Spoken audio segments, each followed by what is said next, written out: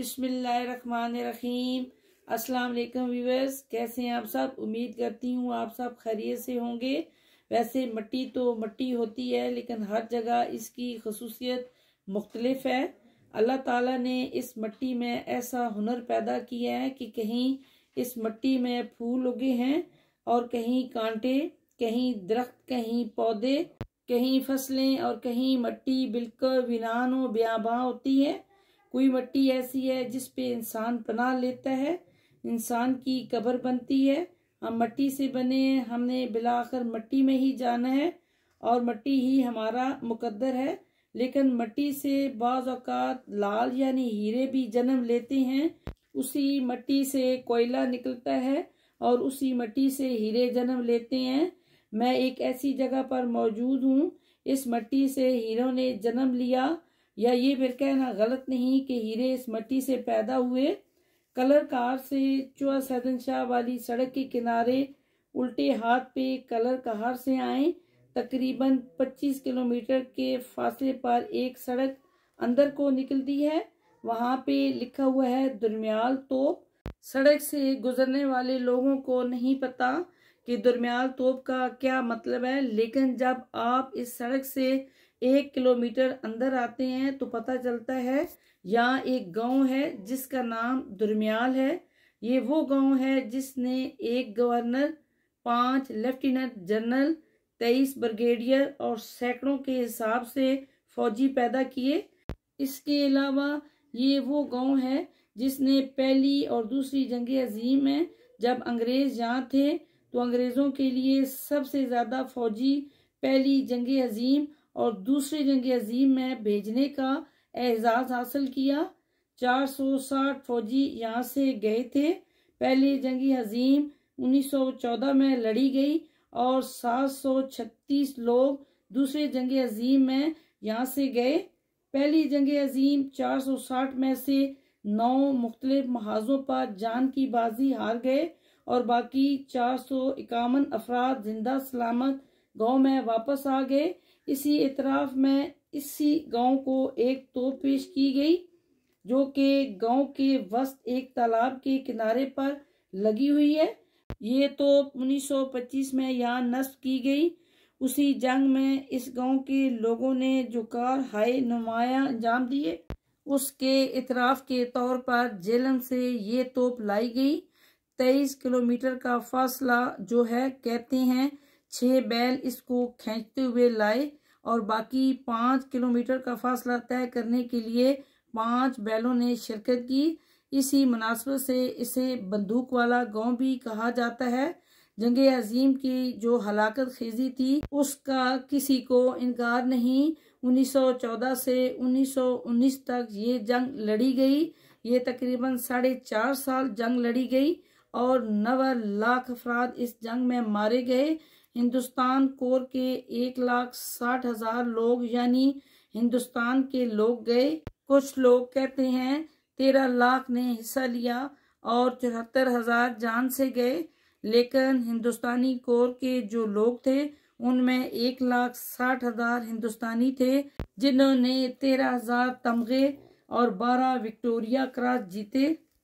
Captain गुलाम मोहम्मद इन्होंने भी इसमें हिस्सा लिया। सूबेदार मोहम्मद खान मलिक इन्होंने भी दोनों जंगों में हिस्सा लिया। 1919 की जंग में भी, यानी जो 1914 से 1919 तक लड़ी गई, 1939 से 1945 तक लड़ी गई, इसमें भी विक्टोरिया क्रॉस तो मिला ही मिला, लेकिन फिर हुकूमत बरतानिया ने एजाज के तौर पर तोप पेश की। ये एक चबूतरे पर लगाई गई है। इस तोप को ये एजाज भी हासिल है जो viceroy of Hind Lord Wellington और ब्रिटिश आर्मी जो मतलब हिंदुस्तान में थी, इसके commander and chief field marshal William Wordsworth, उन्होंने इसे सल्यूट किया। और इसके अलावा दर्जनों लोग इस तोप को देखने के लिए आए। कोई तसव्वुर भी नहीं कर सकता कि इस गांव से इतने सारे लोग गए होंगे पढ़कर, या इतने सारे लोगों ने फौज में हिस्सा लिया। कोहिस्तान नमक की खास बात यह है, महमूद गजनवी से लेकर आज तक कोहिस्तान नमक और पटवार के जो इलाके हैं यहाँ से बड़ी तादाद में लोगों ने फ़ौज में शमूलियत इख्तियार की और दुर्मियाल को ये एजाज़ हासिल है कि यहाँ से पहले भी लोग फ़ौज में गए और आज भी जाते हैं। व्यूअर्स, दुर्मियाल में मौजूद म्यूज़ियम की कुछ तस्वीर कलेक्ट की हैं जो मैं आपके साथ शेयर कर रही हूँ। इस म्यूज़ियम में एक तोप की तस्वीर है। ये पहली जंग अजीम में दुर्मियाल को इनाम मिली थी। उस वक्त पहली जंग अजीम में 2 तोपें इनाम में दी गई थी। एक एशिया में दुर्मियाल को मिली थी और एक स्कॉटलैंड के एक गांव को मिली थी जो यूरोप में है। ये दोनों तोपें इनाम में मिली थी। कप्तान गुलाम मोहम्मद साहब मोस्ट सीनियर ऑफिसर थे। ये जेलम से इस तोप को कलेक्ट करके लाए थे। रॉयल इंडियन आर्मी का एक रैप आया था और उसने आके पूछा था, हम आपका मालिया माफ़ कर देते हैं, वाटर सप्लाई देते हैं और फैसिलिटीज़ देते हैं, लेकिन उन्होंने कहा हम ब्रेव सोल्जर हैं, इसको मद्देनज़र रखते हुए हमें तोप दें। उस वक्त के CNC के सामने पेश हुआ। उन्होंने दुर्मियाल के लिए तोप दी। ये equal and to Victoria Cross है। अगर तोप ना मिलती तो विक्टोरिया क्रॉस मिलता।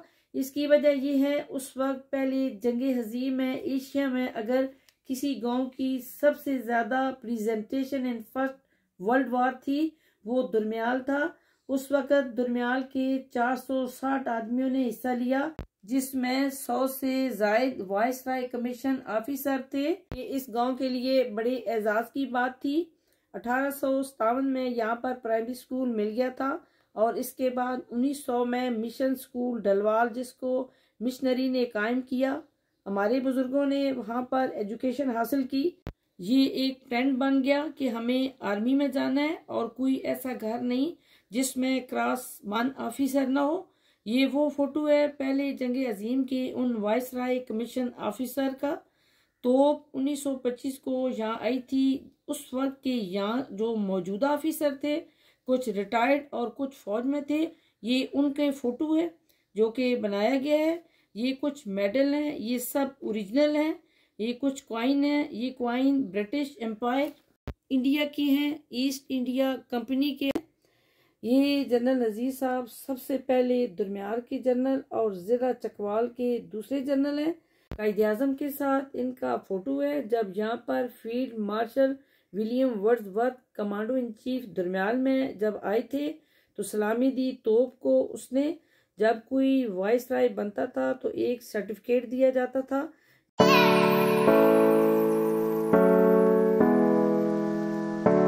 पहला जनरल मेजर नज़ीर अहमद, दूसरा जनरल मोहम्मद सफ्तर और तीसरा जनरल मोहम्मद आसिफ, ये आर्मी के थे।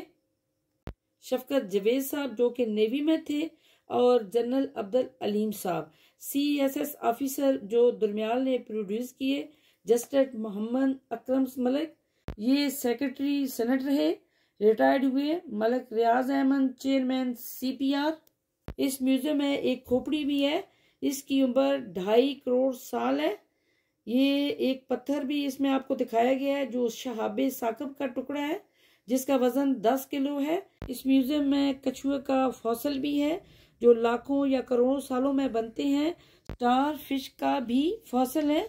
इस बात की भी फौकियत मिलती है ये इलाका एक ज़माने में पूरे का पूरा समंदर था, वो खुश्क हुआ तो इंसानी आबादी हो गई। इस म्यूज़ियम के अंदर माइक्रोस्कोप दूरबीन भी मौजूद थी जो कि फर्स्ट वर्ल्ड वार की है। ये अपनी असली हालत में मौजूद है। ये वाहिद म्यूज़ियम है जिसमें आप चीज़ों को हाथ लगा सकते हैं।